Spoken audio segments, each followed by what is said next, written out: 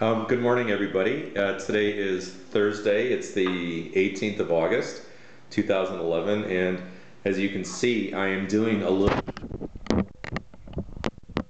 and I'm doing this in part to test the video recording capabilities of my new point-and-shoot camera. This is what you're seeing me recording with right now is a Panasonic Lumix DMC FH2.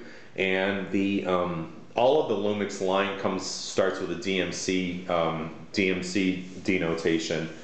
I don't know exactly what the highest end models are referred to, but what I'm using right now is actually the lowest end model of the series. It was $149 at London Drugs, and that actually was sort of pricey for this camera. I've seen it online at US resellers for as little as $109. And so this is a cheap camera, but it does have a 14 megapixel sensor, which I would never take pictures at that size. That's ridiculous, but it can take pictures of up to 14 megapixels.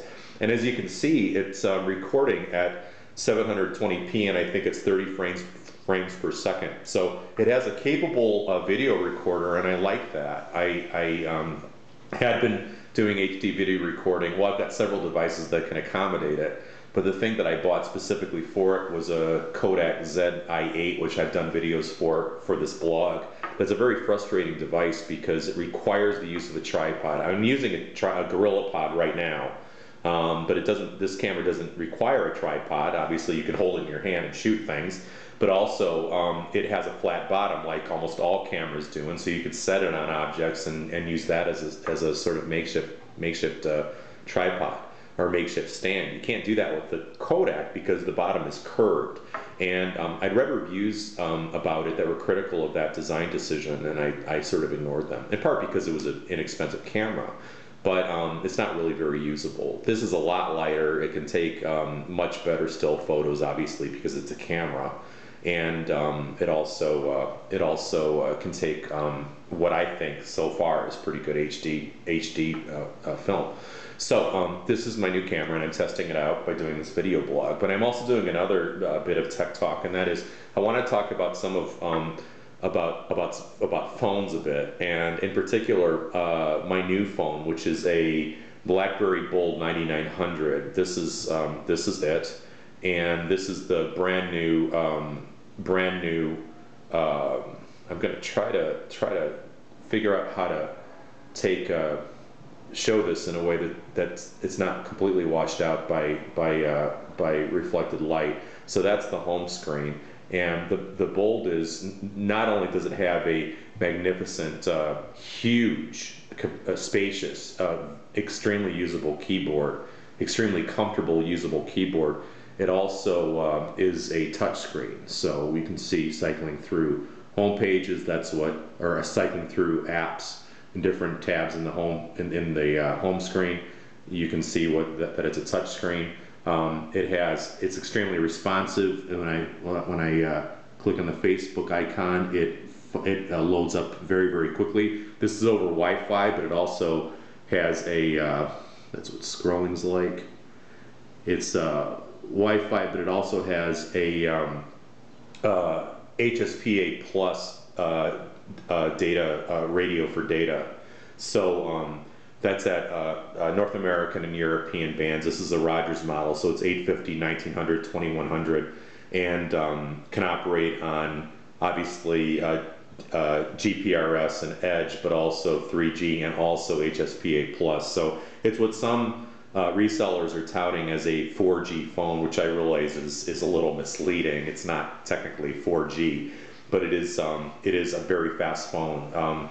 My last BlackBerry, the one that introduced me to the whole BlackBerry line, was the 9780. Fantastic phone, incidentally. It took really, really good photos in particular. In fact, I would say the one advantage of the 9780 over the 9900, you can see them compared side to side how different they are with respect to size. The one advantage that this phone has over this phone is that this phone has autofocus. This phone has only high depth of field, or whatever that, HDOF, all focus, no autofocus. The lens doesn't move.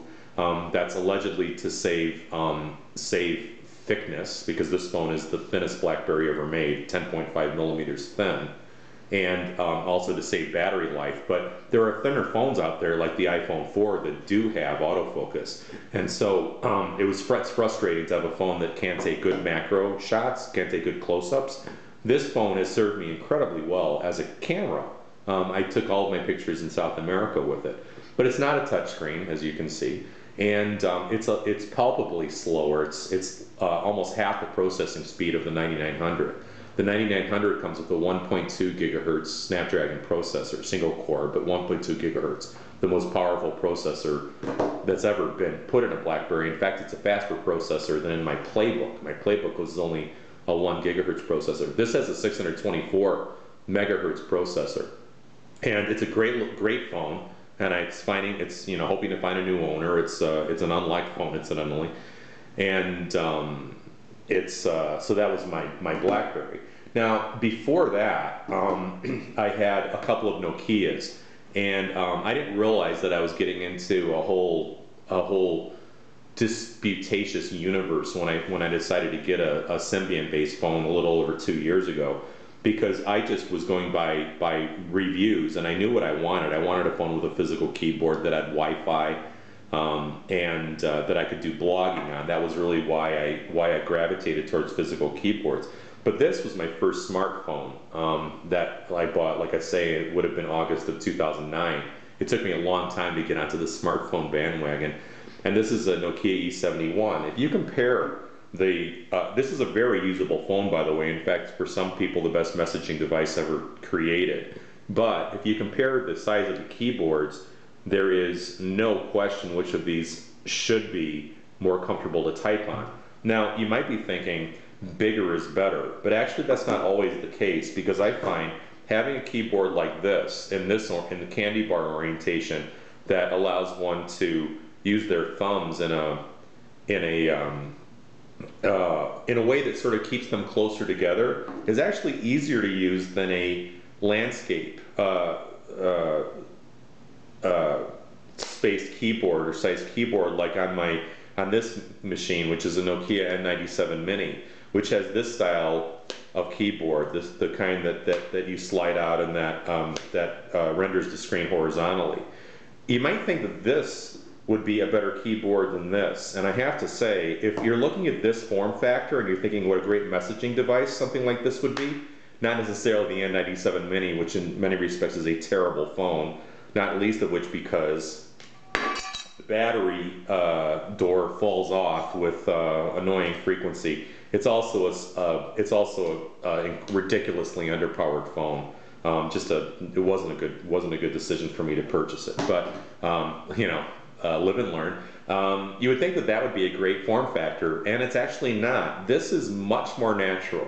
To be able to use your thumbs in a keyboard that's spacious but that has keys that are relatively close to one another is much easier. I'm not sure why that is. Maybe it's because we think of this form factor as emulating sort of a computer keyboard, and you can use your fingers and to touch type on it, but you can't. It's too small. So on one hand, it's too big for your thumbs to navigate all over the keypad, but it's also too small to actually do touch typing. So if you're interested in a phone with a physical keyboard, I cannot recommend anything more highly that's in the world. I can't recommend anything more highly than a Blackberry Bold 9900.